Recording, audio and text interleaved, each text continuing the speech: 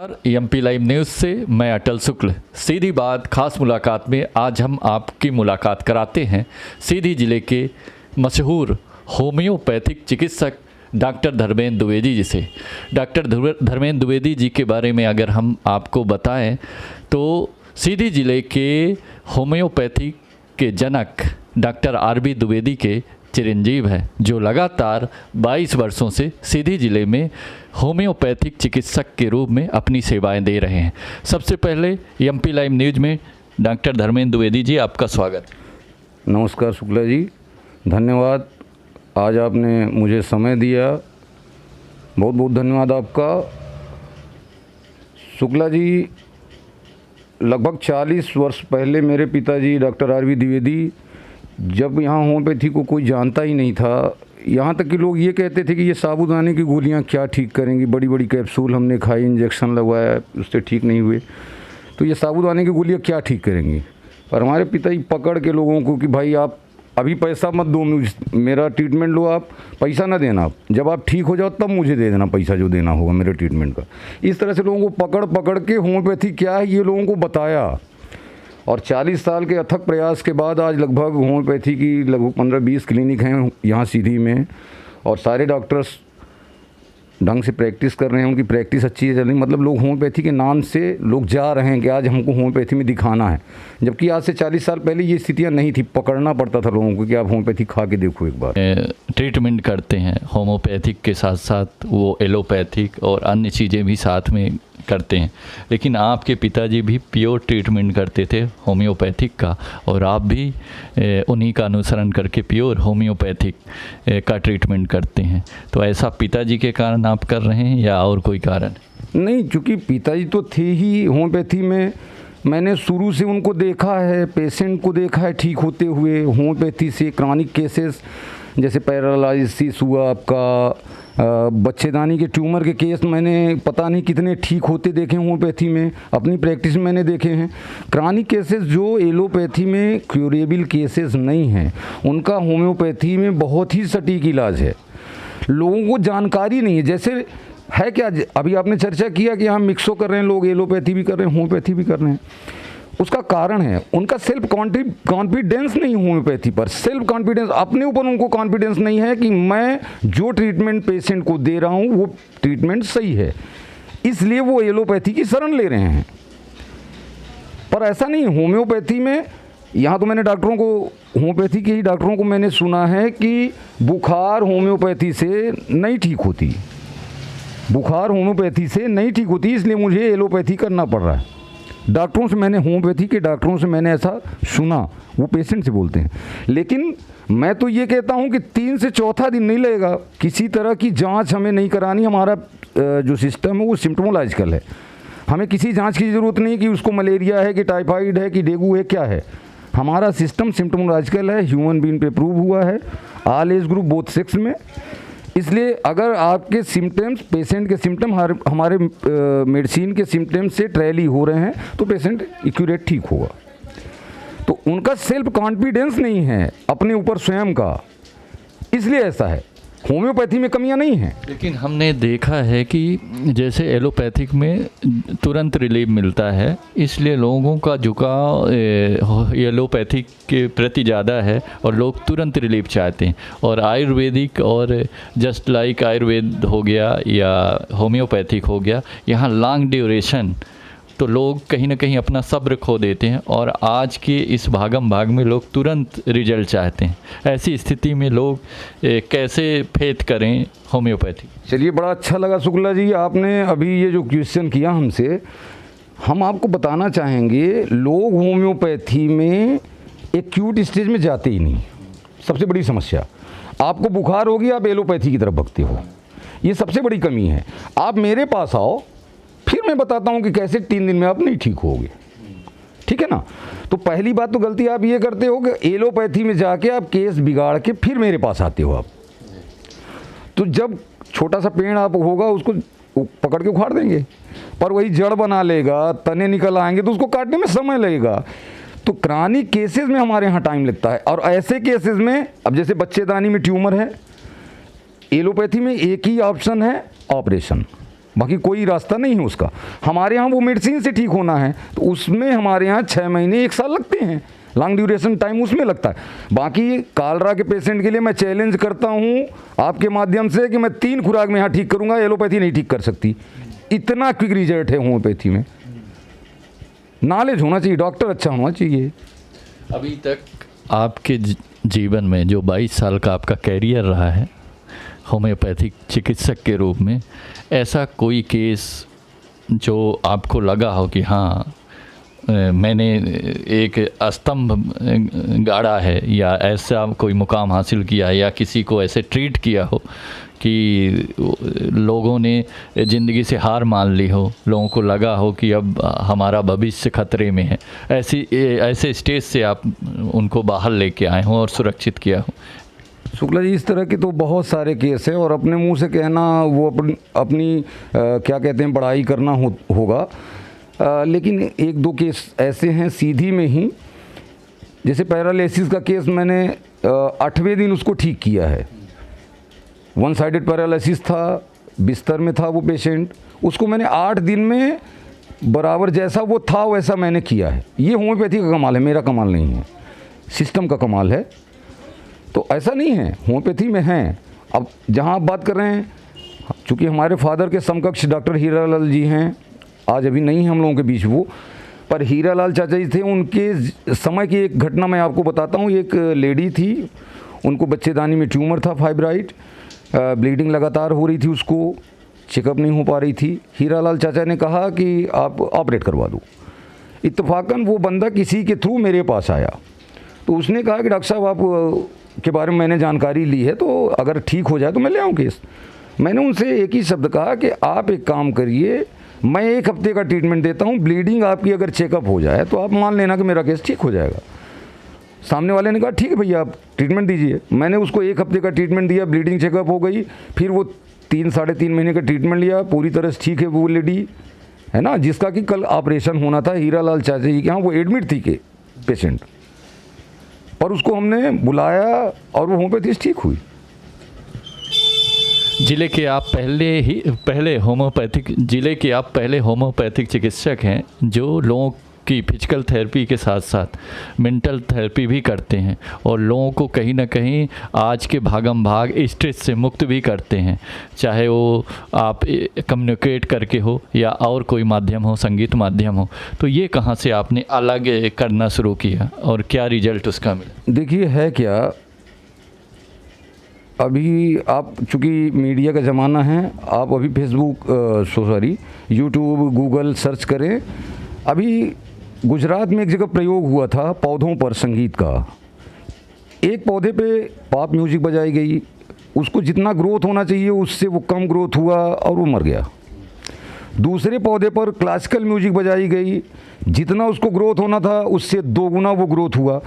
तो जब पेड़ पौधों पर संगीत का असर है, और संगीत सामवेद से पैदा हुई है, वेदों में सामवेद से संगीत पैदा हुई है, तो ह्यूमन पे तो होगा ही। ओमकार शब्द, कुंडलिनी जागरण की बात करते हैं आप, यूट्यूब गूगल में कुंडलिनी की बात बहुत सारे संतों ने किया है। तो वही है जो ब्रेन हमारा सुसुप्तावस्था में, अभी हमारा ब्रेन 1% से 8% केवल काम कर रहा है। जो हमारा ब्रेन है वो 1 से 8% काम कर रहा है। 92% जो है वो सुसुप्तावस्था में है। उसी को जागृत करने के लिए ओमकार की धुन की जाती है, ठीक है ना। तो संगीत भी उसी तरह से सहायक है बीमारियों को ठीक करने के लिए। अगर आप अच्छी संगीत, क्लासिकल जिसको बोलते हैं अपने यहाँ की संगीत जो है, तो क्लासिकल संगीत का अगर आप प्रयोग कर रहे हैं, कोई बीमारी है, दवा के साथ साथ आप संगीत सुने, तो मैं ये मानता हूँ कि जहाँ आपको 4 महीने में ठीक होना चाहिए, आप 2 महीने में ठीक हो जाएंगे। लेकिन अगर हम सीधी में और भी होम्योपैथिक के प्रैक्टिशनर हैं, डॉक्टर हैं, हमने कई जगह देखा है कि मिक्स अच्छे चिकित्सक के साथ साथ आप एक अच्छे संगीत के साधक भी हैं।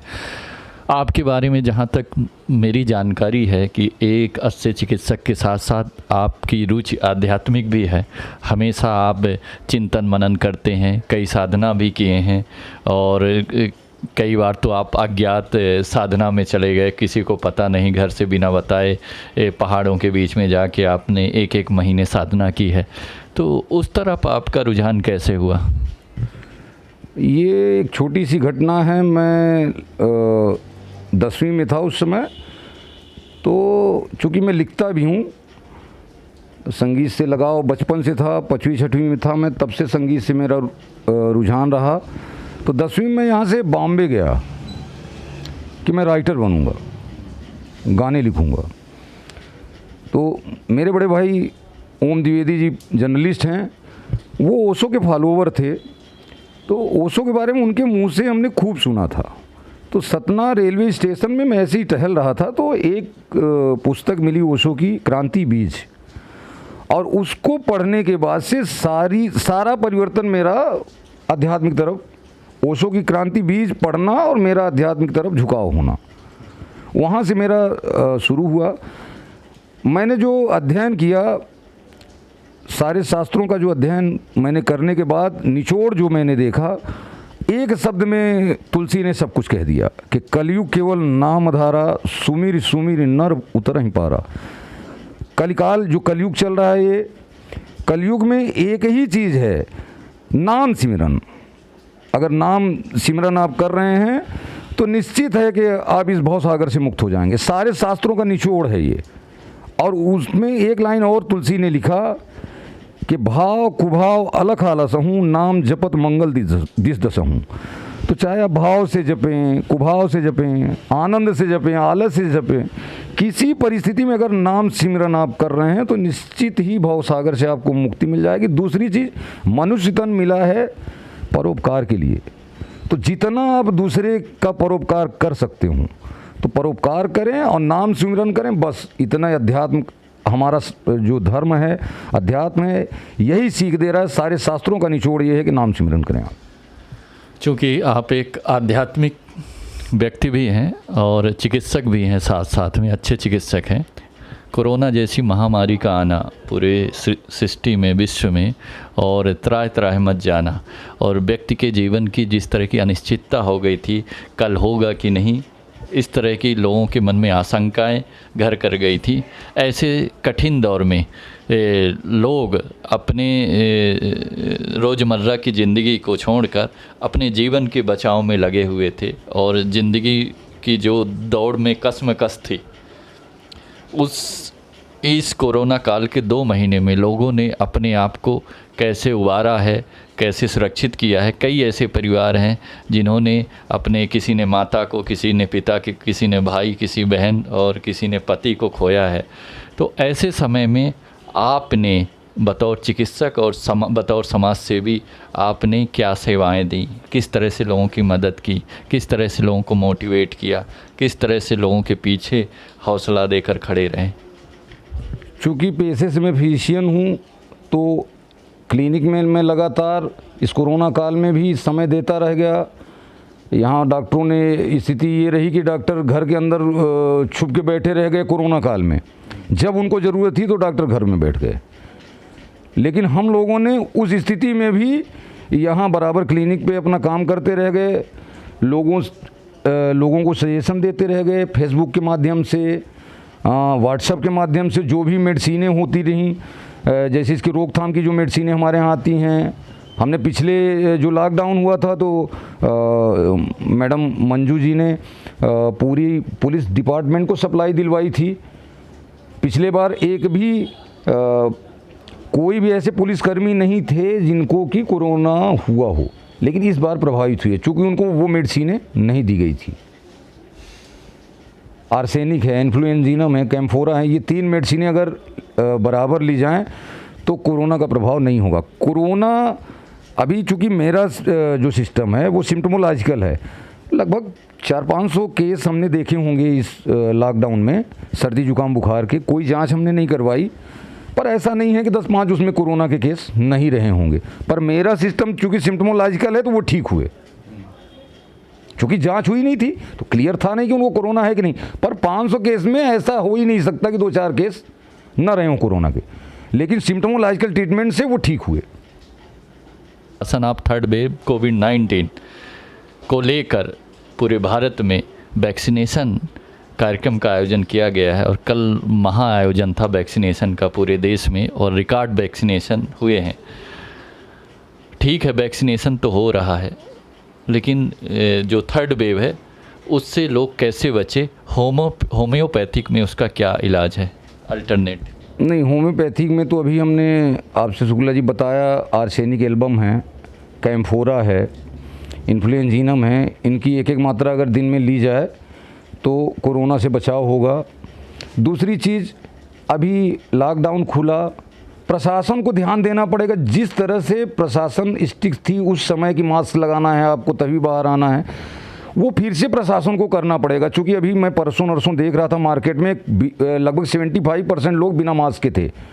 तो मास्क इज़ कंपलसरी, आपको मास्क लगाना ही पड़ेगा, ठीक है ना। आप ये ना मान के चलेंगे कोरोना नहीं है, ठीक है। अभी गांव में लोग छुपे पड़े हुए हैं, उनकी जांच नहीं हो रहे हैं ढंग से, तो ये मान के बिल्कुल न चलें कि कोरोना ख़त्म हो चुका है।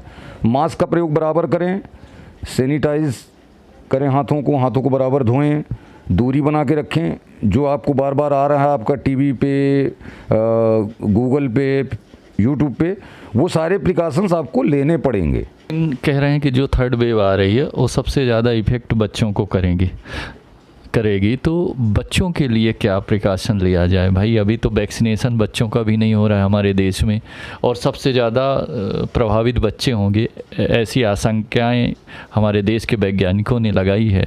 तो बच्चों को कैसे सुरक्षित किया जाए? उनके लिए हमारे यहाँ होम्योपैथी में गिलोय आती है, टिनिस्पोरा कार्डिफोलिया के नाम से, टिनिस्पोरा कार्डिफोलिया क्यू, जिसको कि गिलोय बोलते हैं, ठीक है। उसकी 4-6 बूंदों की मात्रा दिन में 2-3 बार दें। चूँकि वाइटिलिटी बढ़ेगी, प्रतिरोधक क्षमता आपकी बढ़ेगी, तभी तो आप बीमारियों से लड़ पाएंगे। तो वाइटिलिटी ही बढ़ानी है, प्रतिरोधक क्षमता ही बढ़ानी है, तो उसके लिए मेडिसिन आती है होम्योपैथी में। तो बच्चों को देना आप चालू करें और प्रिकॉशन जो और सारे प्रिकॉशन हैं वो बना के रखें। निश्चित इसका जो प्रभाव है कम होगा। अभी हमारी बात सीधी जिले के मशहूर होम्योपैथिक चिकित्सक और डॉक्टर आर.बी. द्विवेदी के चिरंजीव, जो सीधी जिले के होम्योपैथिक के जनक कहे जाते हैं, उनके चिरंजीव डॉक्टर धर्मेंद्र द्विवेदी जी से बात हो रही थी। डॉक्टर धर्मेंद्र द्विवेदी जी चिकित्सक के साथ साथ एक अच्छे समाज सेवी और एक अच्छे संगीत के साधक भी हैं। अगर हम कहें इनको एक आध्यात्मिक व्यक्ति भी हैं। ये मल्टी टैलेंटेड पर्सन हैं, एक व्यक्ति के अंदर अनेक खूबियां हैं और लगातार कोरोना काल में ये बतौर चिकित्सक लोगों को अपनी सेवाएं देते रहे हैं। और इन्होंने कहा है कि जी अभी भी कोरोना नहीं गया है। जिस तरह से लोगों ने लापरवाही करना शुरू कर दिया है और मार्केट में मास्क का प्रयोग बहुत कम दिख रहा है और प्रशासन भी पूरी तरह से ढील दे के रखा है, तो अभी भी खतरा टला नहीं है। लोग सावधानी बरतें, मास्क लगाएं, हाथ सैनिटाइज करें। वहीं जो थर्ड वेव आने वाली है, हमारे देश के वैज्ञानिकों ने एक अनुमान लगाया है कि सबसे ज़्यादा बच्चे अफेक्टेड होंगे इस थर्ड वेव से।